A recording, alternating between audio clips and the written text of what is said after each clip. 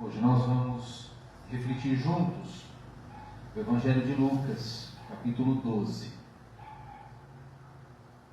Naquele tempo, Jesus disse aos seus discípulos: estejam com os rins cingidos e com as lâmpadas acesas.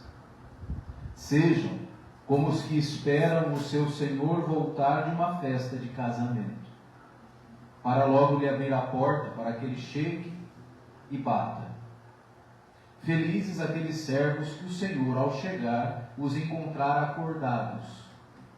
Eu lhes garanto, ele se cingirá e os fará sentar-se à mesa, e passando os servirá. E se ele chegar perto da meia-noite, ou já perto da madrugada, felizes serão se assim o encontrar. Compreendam bem isto. Se o dono da casa soubesse a hora em que viria o ladrão, não deixaria que sua casa fosse assaltada. Ficai preparados, vós também, porque o Filho do Homem virá na hora em que menos esperais. E essas são para nós hoje palavras de salvação. Glória a vós, Senhor.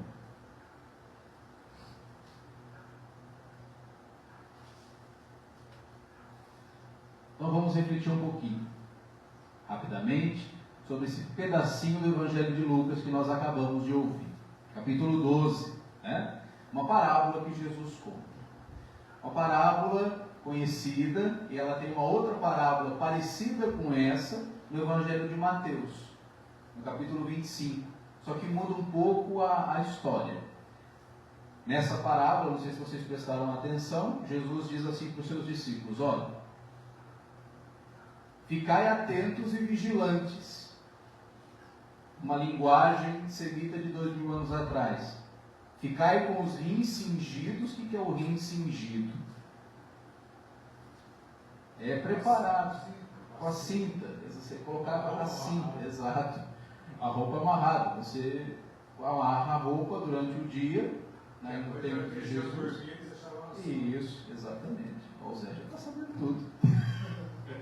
É exatamente isso. Coloca, ela cinge o rim e a lâmpada acesa, ou seja, sinal de vigília. Por que de Jesus? Sejam vigilantes, ficai atentos, assim como os amigos esperam o noivo chegar, para que assim que ele bata na porta, eles abram a porta para que ele entre, e aí eles festejem juntos, a começar pelo noivo servindo os amigos, e aí se instaura a festa de casamento. E aí Jesus diz: feliz o noivo que encontrar os seus amigos acordados, vigilantes, por mais tarde que seja, ainda que seja meia-noite ou já próximo da madrugada, feliz, alegre vai ser o noivo de encontrar o cortejo à sua espera. E aí ele vai ficar feliz. E aí depois Jesus emenda uma outra parábola, que na verdade nos textos mais antigos não está junto, que é essa do final. Ele diz assim: porque se você soubesse a hora que veio o ladrão, você não deixaria que a sua casa fosse assaltada. Portanto, ficai atentos, porque ninguém sabe quando virá o Filho do Homem. Nos textos mais antigos, esse finalzinho não está. Então, provavelmente, Jesus contou só a parábola do noivo e dos amigos que o esperam.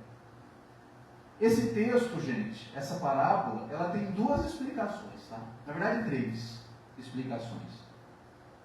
Uma totalmente equivocada, que eu aposto com vocês que é a que vai ser explicada nas igrejas amanhã. Até porque amanhã, no calendário cristão, é o dia de finados. E aí essa parábola vai ser usada como quem quer dizer assim: olha, está vendo? Jesus, ao dizer isso, está querendo dizer: fiquem vigilantes, porque logo eu vou voltar. E quando eu voltar, eu quero ver vocês me esperando. Vigilantes, atentos.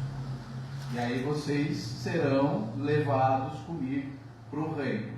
Essa é a interpretação equivocada, errada, que infelizmente tanto pastores e padres têm dessa passagem, que não tem nada a ver com isso. Tá? Por quê?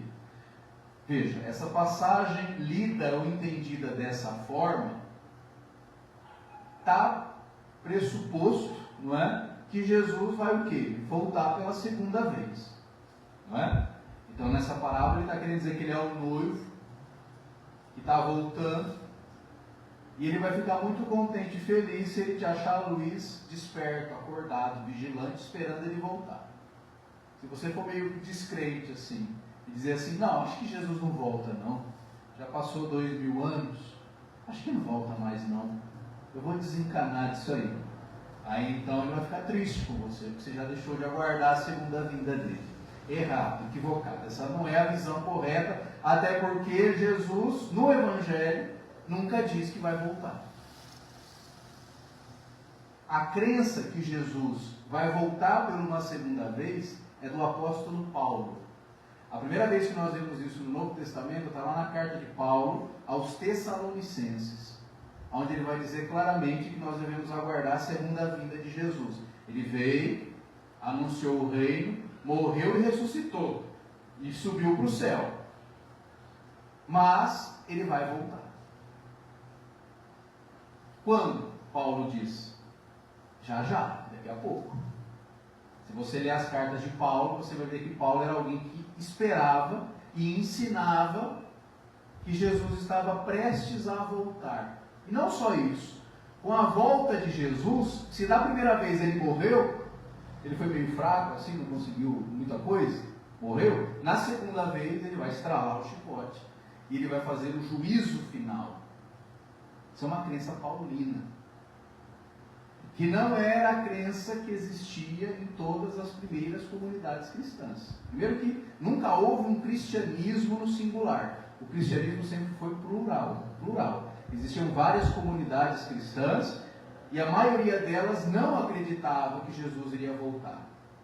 Paulo é da corrente que acreditava que teria uma segunda vinda.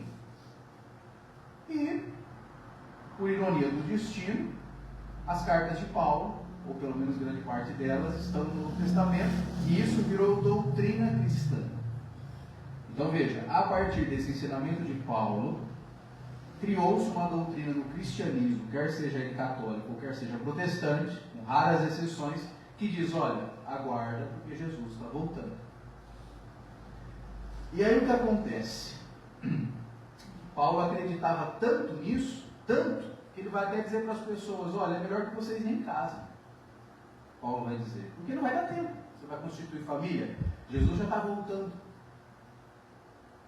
Aí tem gente que diz assim, tá vendo? O celibato, tá, é bíblico, e Paulo falou que é melhor que não se case. A gente falou isso porque ele acreditava que Jesus estava prestes a voltar. E ele diz, só se você estiver assim, se aguentando, aí você casa. Do contrário, aguenta a barra que Jesus está voltando. Só que Paulo morreu, passou-se a primeira, segunda, terceira geração de discípulos, estamos há mais de 2000 anos do evento Jesus de Nazaré, e Jesus não voltou. Então assim, será mesmo que isso é para ser levado a sério? Será que isso não é algo que pensava Paulo, e Paulo se equivocou? Porque Paulo não é Jesus, está certo que para muito cristão é. Tem gente que acredita mais em Paulo do que em Jesus. Porque você diz assim, não, mas Jesus nunca falou isso aí. Não, mas Paulo falou. É o problema de Paulo. Né? Aquilo que Paulo diz que está consonante, que está em consonância com o que Jesus falou, ótimo. Aquilo que Paulo disse que não tem nada a ver com o que Jesus falou, a gente entende que é datado. Então a crença na segunda vinda de Cristo já não é mais uma coisa, penso eu, cabível em pleno século XXI. Até porque hoje nós somos homens e mulheres da ciência e sabemos que não tem como isso acontecer. Por quê? Porque a pessoa morre, nós acreditamos que ela está junto de Deus. E Jesus dizia que de lá para cá não tem retorno. Então, se é que a gente acreditar nisso, é melhor, é mais coerente a gente pensar que não é Jesus que vai vir ao nosso encontro. Somos nós que ao morrer iremos ao seu encontro. Aí, ok. Mas ele vir voando, da onde? No espaço? Ele está no espaço? está em outro planeta, será? Será que o 3 de Atlas é a nave que Jesus vai voltar? Tem gente que está dizendo isso, viu? Vocês dão risada, mas na internet está cheio de gente falando, ah lá, é o fim dos tempos. E o que mais tem é espertinho que se aproveita disso, né? Então veja, isso é fruto do quê? Esse alarmismo que as pessoas têm, e principalmente os cristãos têm, quase que uma tara de que o mundo vai acabar, e para algumas igrejas elas vão até marcando a data do fim do mundo. Aquela que hoje é chamada de Mormons, antes ela era Igreja de Jesus Cristo dos Santos dos Últimos Dias, né? E ela mudou de nome por vergonha, porque eles traçaram o final do mundo no ano 2000, se não me engano, um dos profetas deles lá, não aconteceu o fim do mundo, caiu meio que num vexame público, e aí mudaram o nome da igreja.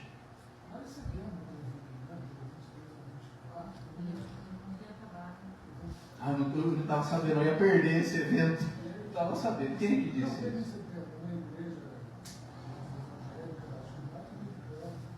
Tem que ser, né? O pastor chegou a vender tudo. Pois é. E a gente não se dá conta da quantidade de pessoas que no decorrer da história venderam tudo, tiraram a própria vida. Teve caso de suicídios coletivos, né? Teve caso no Brasil. Teve. Na Goiânia também teve caso. Também famoso. Então, quer dizer, essa crença de que o mundo está prestes a acabar é uma crença milenar.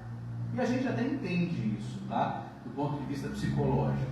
No tempo de Jesus, as pessoas viviam uma situação extremamente de limite, né? Como a gente já conversou muito aqui, era miséria mesmo, né? Miséria. Então, assim, acreditar que o mundo ia acabar é uma solução. Correção. O pessoal estava acreditando no arrebatamento. Então, o pessoal estava vendendo tudo porque já ia começar ia começar o arrebatamento. Entendi. Mas é sinônimo, né? O cristianismo, o fim do mundo, é o arrebatamento. E eles acreditam nisso de forma literal, algumas igrejas. Que Jesus vai voltar e aí ele vai puxar para si, né, uma abdução coletiva, os eleitos, e os que estão danados ficam aqui. O povo do caminho vai ficar aqui, viu? Não se iludam não. Isso, o 3 de Atlas já está vindo aí para isso. Então, quer dizer, isso é milenar. E a gente entende, não é? Antigamente se entendia. Quer dizer, nada resolve, então só o mundo acabando. Então, se tiver um reset, né? Para começar de novo, tudo de novo. Então, a gente entende isso. E fazer uso disso hoje, no século XXI, é um tipo de piada. Eu acho até que devia ter uma lei aí para prender quem fica colocando terror, fazendo terrorismo religioso na cabeça do povo. Haja visto e se for levar em consideração todo o mal que esse tipo de crença já causou. Então, assim, sendo sensatos e coerentes com o estudo sério do Novo Testamento, Jesus nunca disse que iria voltar. Nunca disse. Isso é uma crença posterior, provavelmente de alguns que não se conformaram dele ter morrido. Então é aquela coisa, por quê, né? Por que teve que ser assim? Ele tem que voltar, ele tem que de alguma forma voltar para resolver. E não é por aí. Tá? Então veja, entender esta parábola, ou qualquer outra parábola, quando Jesus dá a entender do fim do mundo, nessa perspectiva, é um equívoco. Essa é a primeira forma de entender, e é a forma equivocada, e é a forma que a maioria das pessoas entende. Porque são ensinadas assim. Qual é a segunda forma de entender? Quando os evangelhos foram escritos, muito tempo depois que Jesus já havia morrido, já existia a crença de que ele voltaria. E aí então é colocado na boca dele essas palavras. Interessante, pode ser que seja isso. Então quer dizer, alguns evangelistas, e Lucas, segundo o que a gente sabe, era um apóstolo de Paulo. Então provavelmente Lucas aí tem um pouco da doutrina paulina. Então em algumas passagens Lucas coloca na boca de Jesus, dando a entender que ele vai voltar. Isso é uma forma de entender, tá? Mas ainda acho que não precisa ir para tão longe assim. Talvez quando Jesus disse essa parábola, e provavelmente ele disse, porque você tem uma semelhante também em outro evangelho, então é o que a gente chama de múltipla atestação. São dois textos diferentes narrando coisas parecidas.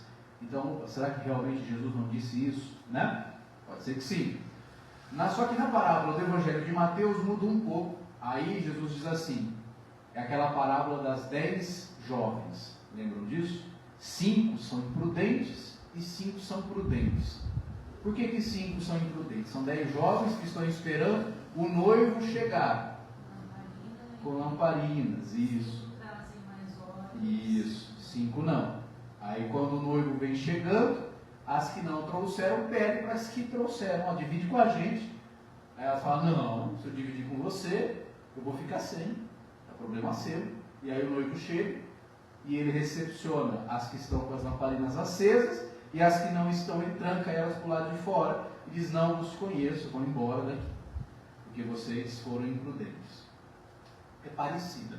Está falando coisas semelhantes, não é? Mas olha, suspeito eu, e não só eu, mas outros estudiosos aí, muito melhores do que eu da Bíblia, que quando Jesus contou essas duas parábolas, ele não estava falando nada sobre o fim do mundo. Então vamos entender bem, talvez, não é? É uma explicação, o que provavelmente Jesus tentou transmitir com essa parábola. Primeiro vamos entender um pouco sobre o casamento da época de Jesus. Por que ele conta essa parábola tendo em vista o personagem de um casamento, um noivo. Tá? Veja, no tempo de Jesus, a festa mais importante que uma pessoa comum, não os abastados, mas que uma pessoa comum podia ter era o casamento. Era a festa mais aguardada da vida de uma pessoa. Tanto que as famílias mais ricas conseguiam dar essa festa durante 7 dias. Era uma festa que durava 7 dias. As mais pobres, no mínimo 3 dias tinha que ter. Então, imagina, uma família pobre conseguir dar 3 dias de festa. Era a festa mais importante que pessoalmente eu poderia ter. Fora as religiosas que eu tinha que cumprir por preceito. Festa da Páscoa e por aí em diante. Então, no tempo de Jesus, todo mundo aguardava a festa de casamento. E tinha todo um ritual para se fazer nessa festa de casamento. Aliás, vários. Um deles era esse que Jesus narra numa parábola. Qual seja, veja, no tempo de Jesus, os casamentos eram arranjados. Então, ou a família do noivo, se ele fosse muito jovem, ou ele mesmo ia até a casa da família da noiva e negociava com os pais dela os dotes. E essa negociação demorava muito tempo às vezes. Dependia do quanto de dote essa pessoa tinha, ou da distância de uma casa para outra. Era o início, digamos assim, né? Para se consolidar o casamento. Então eles já estavam, digamos assim, prometidos um para o outro, e para anteceder a festa, você tinha que ter esse ritual. Você chegava lá, era, digamos assim, uma espécie de assinatura em cartório, vamos dizer assim, para os tempos de hoje. Como é que você assinava lá que você estava casando? Então você ia até a casa da família da noiva, da sua prometida, e negociava com o pai dela os dotes. E aí existia todo um charme natural, não é? Olha, não, eu acho que você está oferecendo pouco pela minha filha. Você vai oferecer o que, Zé? Uma cabrinha e 3 galinhas? Não, ela vale mais, não é? Ela vale muito mais. E aí você tinha que ficar arrumando coisas para oferecer o tempo todo, não é? E o pai da menina ficava se fazendo de difícil. Porque assim a família do noivo ficava pensando, poxa, o Zé está demorando para voltar, sinal que a menina é boa, é importante. O pai dela não quer qualquer coisa não. Na maioria das vezes, na realidade que Jesus vivia, qualquer galinha, qualquer cabra tinha um tamanho. Não é? Mas Jesus está falando de uma realidade aqui, onde existe uma demora na negociação. Então veja, enquanto isso, as amigas da noiva esperam ela chegar nessa negociação. E esperam como? Bem vestidas, com a lâmpada acesa. Por que com a lâmpada acesa? Porque isso ia até o cair da tarde, começo da noite. E do mesmo jeito, os amigos do noivo esperam por ele, para voltar. Preparados, cingidos, com a lâmpada acesa. Por quê? Porque às vezes demora. E aí, quando termina a negociação, cada um volta, não é? E nesse retorno se dá o início da festa. A moça é recebida pelas amigas, sinal que deu certo o contrato, eles estão casados, e o noivo é recebido pelos amigos. É uma tradição judaica. E aí Jesus diz assim, olha, feliz o noivo, que quando voltar da festa, aliás, quando voltar do contrato, vai encontrar os amigos dele lá, dispostos, vigilantes, dispostos a recebê-lo para festejar com ele. Felizes são esses. Porque o que acontecia muitas vezes? Às vezes demorava. Às vezes demorava muito. E às vezes demorava demais. E aí o que acontecia? Desistia. Falava, será que não deu certo? Eu não vou ficar aqui. Está demorando muito. Eu tenho algo que fazer. Eu vou embora. Ele que me desculpe. Mas eu estou fora. E isso era motivo de vergonha. No tempo de Jesus, era uma sociedade muito marcada por honra e vergonha. Então era uma vergonha para um noivo chegar e não ser recepcionado pelos amigos dele. Ou chegar e está todo mundo dormindo. Acontecia. Então Jesus está dando um exemplo de algo que era corriqueiro, que era um sinal de vergonha, caso acontecesse isso. E Jesus, sempre contando parábolas, está querendo falar sobre o reino de Deus. Todas as parábolas de Jesus giram em torno do reino. Então, se a gente fosse fazer uma leitura mais, digamos assim, correta teologicamente, o que provavelmente Jesus quis dizer com isso? Olha, o reino de Deus, ele já começou. Foi isso que Jesus disse? O reino de Deus já está no meio de vós. E isso que eu faço é sinal que o reino já chegou. Então Jesus nunca disse que o reino viria, que o reino chegaria lá depois que ele morresse, ressuscitasse e voltasse de novo. Não, o reino de Deus já está no meio de vós. Agora, para que ele se concretize na sua plenitude, é preciso que a gente faça alguma coisa, que a gente ponha a mão na massa, que a gente não fique parado, que a gente fique o quê? Vigilantes. Que a gente não se deixe abater pelo cansaço e pelo desânimo, ainda que aparentemente isso nunca vá acontecer.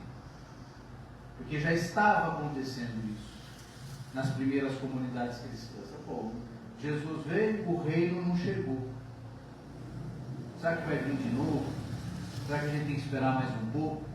E aí outros diziam, não foi isso que o mestre disse. O mestre disse que o reino precisa ser feito a partir de atitudes nossas. Nós é que devemos construir o reino diariamente. O reino de Deus já está no meio de vós, na medida em que a gente faz a nossa parte. Agora, se a gente, por um cansaço, por uma espera, fica de braço cruzado, nunca vai acontecer. E aí é claro que a gente vai desanimar. E aí é claro que as lâmpadas vão se apagar. E aí é claro que a gente vai dizer assim, bom, isso aqui não tem mais jeito mesmo? Não é? Isso aqui não tem mais jeito. Então, a partir de agora, comigo, o negócio é outro. É escreveu, não leu, o pau comeu. Não tem mais esse negócio de dar segunda face, de perdão e de paz. Comigo agora é desse jeito. Tem muita gente que chega nisso. Tem muita gente que desanima, porque fica esperando o reino chegar. Fica esperando, na mentalidade cristã, Jesus voltar. E nesse esperar, gente, o tempo passa. A vida não espera. Por isso que Jesus tinha um discurso muito urgente. Se vocês pararem para prestar bastante atenção nos evangelhos, Jesus ele é muito imediatista. Tanto que ele diz, para você não deixar nada para amanhã. Não é? Você tem que viver o hoje, fazer o reino acontecer hoje, porque você só tem o hoje.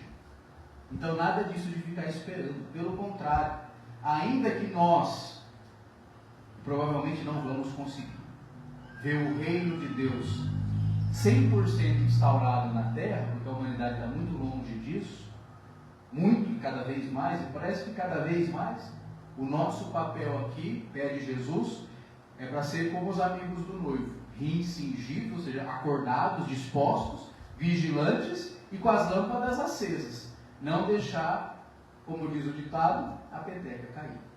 Porque olha, é muito difícil. É muito difícil você se manter disposto, não esperando Jesus voltar, mas não se deixando abater pelo desânimo do que está se tornando o mundo, cada vez mais e cada vez pior. É disso que se trata essa parábola. Você, Zé, continue no seu posicionamento, na sua posição de discípulo de Jesus. É isso que Ele espera, e é assim que Ele espera te encontrar quando você fizer a sua Páscoa. Se nós seguirmos fiéis até o final, Jesus vai ficar muito feliz de dizer: olha, Rondon, você foi um bom discípulo meu, você se manteve em pé e vigilante até o fim. É isso que Jesus quer dizer para cada um de nós. É isso que Ele espera, que a gente não se abata pelo cansaço e pela tristeza. E há outras parábolas de Jesus que Ele fala coisa parecida. O reino de Deus é como um arrendador de terra que tinha uma vinha, deixou a vinha aos cuidados dos seus e foi embora fazer uma longa viagem. Aí os funcionários começaram a ver que ele não voltava, falou: o quê? Eu vou esbanjar aqui tudo, não estou nem aí mais. E espancava os outros e tal. Aí quando ele voltou, ele falou: pô, não era isso que eu esperava, não é? Não é disso que se trata. Apesar da demora em ver as coisas mudar, apesar da demora em ver o nosso país mudar, a nossa cidade mudar, eu preciso ser essa mudança que eu quero ver. É disso que se trata o reino de Deus. Nunca esperar que o outro mude, nunca esperar que o outro faça, nunca esperar que o outro diga: eu tenho que ser esse reino. É isso que Jesus fez. O reino já está no meio de vós. Veja como eu faço e faça igual. E leva a sua vida inteira fazendo isso. Ainda que às vezes você diga assim: será que é isso mesmo? Será que vale a pena? Será que eu não estou fazendo papel de trouxa? Tem um monte de gente aí levando vantagem, só eu que não vou? Um monte de gente aí se dando bem, só eu que não? Um monte de gente aí assim.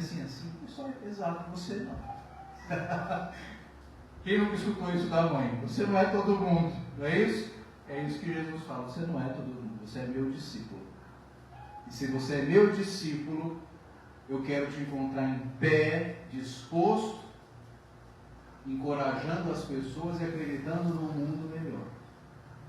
Não promovendo chacinas aí, depois indo na missa cantar louvor. Vocês viram? O governador foi lá na missa, cantou um louvor. Cantou aquela: aquilo que parecia impossível, aquilo que parecia ser minha morte. Rir para não chorar. No mesmo dia. Foi lá. Quer dizer, será que é isso que Deus quer? O chefe do Estado estava em São Paulo, né? Claro.